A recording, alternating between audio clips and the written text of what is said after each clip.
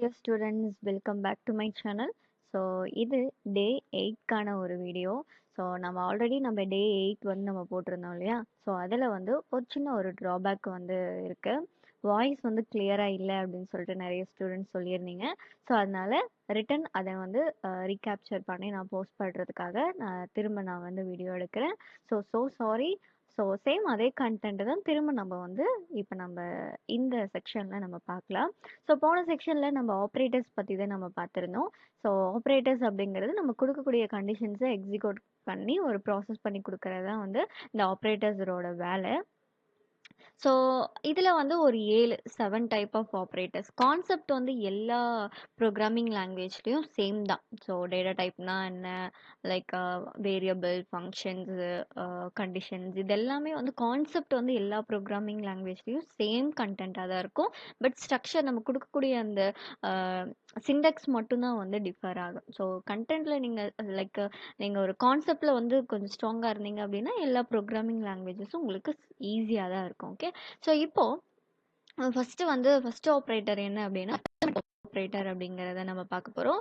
So அதில் வந்து என்னென்ன இருக்குது அப்படின்னா, அர்த்தமெட்டிக் ஆப்ரேட்டர் ஃபஸ்ட்டு வந்து எதுக்கு அப்படின்னா, மேத்தமெட்டிக்கல் ஓரியன்டாக கால்குலேஷன் பண்ணுறதுக்காக நம்ம யூஸ் பண்ணுறது தான் அந்த அர்த்தமெட்டிக் ஆப்ரேட்டர். ஸோ இதில் வந்து அடிஷன், சப்ராக்ஷன், மல்டிப்ளேஷன், டிவிஷன், அப்புறம் வந்து எக்ஸ்ட்ரா வந்து ஃப்ளோர் டிவிஷன் அப்படிங்கிறது ஒன்று இருக்குது. இது எதுக்கு அப்படிங்கிறது நான் அடுத்து சொல்கிறேன். ஸோ அதே மாதிரி நமக்கு வந்து மாடுலஸ் அப்படிங்கிற ஒரு சிம்பிளும் இருக்குது. மாடுலஸ் அப்படிங்கிறது இதெல்லாம் வந்து எப்படி நம்ம யூஸ் பண்ணுறது அப்படிங்கிறத நம்ம பார்க்கலாம். ஃபஸ்ட்டு வந்து அடிஷன். ஸோ அடிஷனுக்கு நம்ம ஒரு வேரியபிள் ஒன்று க்ரியேட் பண்ணி, வேரியபிள் எது வேணாலும் நீங்கள் கொடுத்துக்கோங்க. நான் வந்து ஏ அப்படிங்கிறது கொடுத்துருக்கேன். ஸோ ஏ 90 அப்படின்னு கொடுத்துருக்கேன்னா, ஸோ பி ஈக்குவல் டு 10 அப்படிங்கிறத கொடுத்துருக்கேன். இப்போ எனக்கு ஆன்சர் இது ரெண்டையும் ஆட் பண்ணுறதுக்கு பிரிண்ட் ஆஃப் அப்படிங்கிறத யூஸ் பண்ணியிருக்கேன். ஸோ பிரிண்ட்டு ஏ ப்ளஸ் பி, ஏக்குள்ளே இருக்கிற வேல்யூவும் பிக்குள்ளே இருக்கிற வேல்யூவும் எனக்கு ஆட் பண்ணி பிரிண்ட் பண்ணி கொடு அப்படின்னு நான் சொல்கிறேன் இல்லையா? ஸோ எனக்கு வந்து இப்போது 100 அப்படிங்கிற அவுட்புட் வந்து நமக்கு வந்தாச்சு. ஓகே. ஸோ எனக்கு வந்து வேல்யூ ஈக்குவல் டு 100 அப்படிங்கிற ஒரு சென்டென்ஸ் ஃபார்மேட்டோட வேணும். அப்போ நான் என்ன பண்ணுறேன், டபுள் கோட்ஸில் வேல்யூ அப்படிங்கிறத கொடுக்குறேன். ஸோ வேல்யூ கமா ஏ ப்ளஸ் பி. அப்போது வேல்யூ அப்படிங்கிறது எனக்கு ஃபஸ்ட்டு ரன் ஆகிடும். இப்போ வேல்யூ ஈக்குவல்ட்டுன்னு கொடுத்துட்றேன். டபுள் கோட்ஸில் வேல்யூ ஈக்குவல்ட்டு அப்படிங்கிறது எனக்கு அவுட்புட்டில் ஜென்ரேட் ஆகிடும். அதுக்கப்புறமா ஏ ப்ளஸ் பி அப்படிங்கிறது எனக்கு ஆட் ஆகி ஷோ ஆகும். ஸோ இப்போது வேல்யூ ஈக்குவல்ட்டு ஆல்ரெடி நமக்கு 100 அப்படிங்கிறது வந்துச்சு இல்லையா? நமக்கு அது வந்துடுச்சு. இந்த மாதிரி சென்டென்ஸ் ஃபார்மேட்டும் நம்ம இதில் என்ன பண்ணிக்கலாம், ஃப்ரேம் பண்ணிக்கலாம். ஓகே. ஸோ அடிஷன் பண்ணியாச்சா?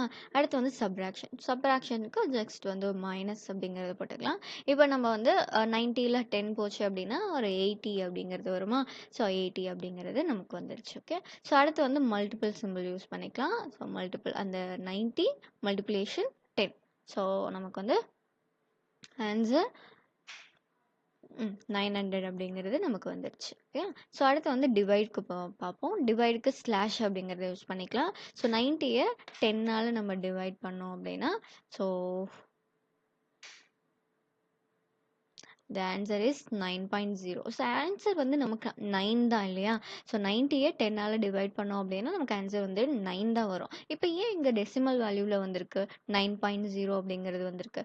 ஸோ நார்மலாக நம்ம ப்ரோக்ராமிங் லாங்குவேஜில் டிவைட் பண்ணும்போது பாயிண்ட்ஸில் தான் வரும். இப்போ வந்து 1னா 1.0ன்னு வரும், 2னா 2.0 அப்படிங்கிறது வரும். ஸோ அப்போது எனக்கு வந்து டெசிமல் வேல்யூஸ் வர வேண்டாம், ஆனால் எனக்கு ஹோல் நம்பர்ஸாக தான் வேணும் அப்படின்னா அந்த இடத்துல நீங்கள் இப்போ டெசிமல் இருக்கிறது ஒன்றும் பிரச்சனை இல்லை அப்படின்னா நார்மல் நீங்கள் வந்து டிவிஷனே யூஸ் பண்ணிக்கலாம். சப்போஸ் எனக்கு வந்து டெசிமல் வேல்யூஸ் வேண்டாம், எனக்கு ஹோல் நம்பர்ஸ் மட்டும்தான் வேணும் அப்படின்னா நீங்கள் 2 ஸ்லாஷ் யூஸ் பண்ணீங்க அப்படின்னா அது ஃப்ளோர் டிவிஷன் அப்படின்னு நம்ம சொல்லுவோம். ஸோ ஃப்ளோர் டிவிஷன் நமக்கு வந்து அந்த டெசிமல் வேல்யூஸ் அவாய்ட் பண்ணிவிட்டு ஹோல் நம்பராக கன்வெர்ட் பண்ணி கொடுக்கறதுக்காக நம்ம யூஸ் பண்ணுறது. ஸோ அடுத்து லாஸ்ட் ஒன் என்ன அப்படின்னா மாடுலஸ் அப்படிங்கிறது ரிமைண்டர் வந்து ஃபைண்ட் அவுட் பண்ணி கொடுக்கறதுக்காக நம்ம யூஸ் பண்ணுறது. நம்ம டிவைட் பண்ணும்போது ரிமைண்டர் கிடைக்கும் இல்லையா? மீதி ஈவுன்னு சொல்லிட்டு நமக்கு 2 கிடைக்கும். நம்ம நார்மலாக டிவைட் பண்ணும்போது ஈவுங்கிறது நம்மளோட ஆஸ் யூஷுவல் நம்ம டிவைட் பண்ணும்போது ஆன்சர் கிடைக்கும் இல்லையா? அதுதான்.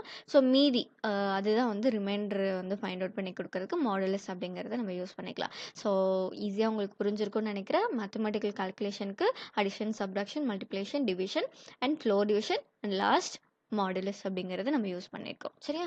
ஸோ இது வந்து அரித்மெடிக் ஆப்பரேட்டர். 2வது ஆப்பரேட்டர் என்ன அப்படின்னு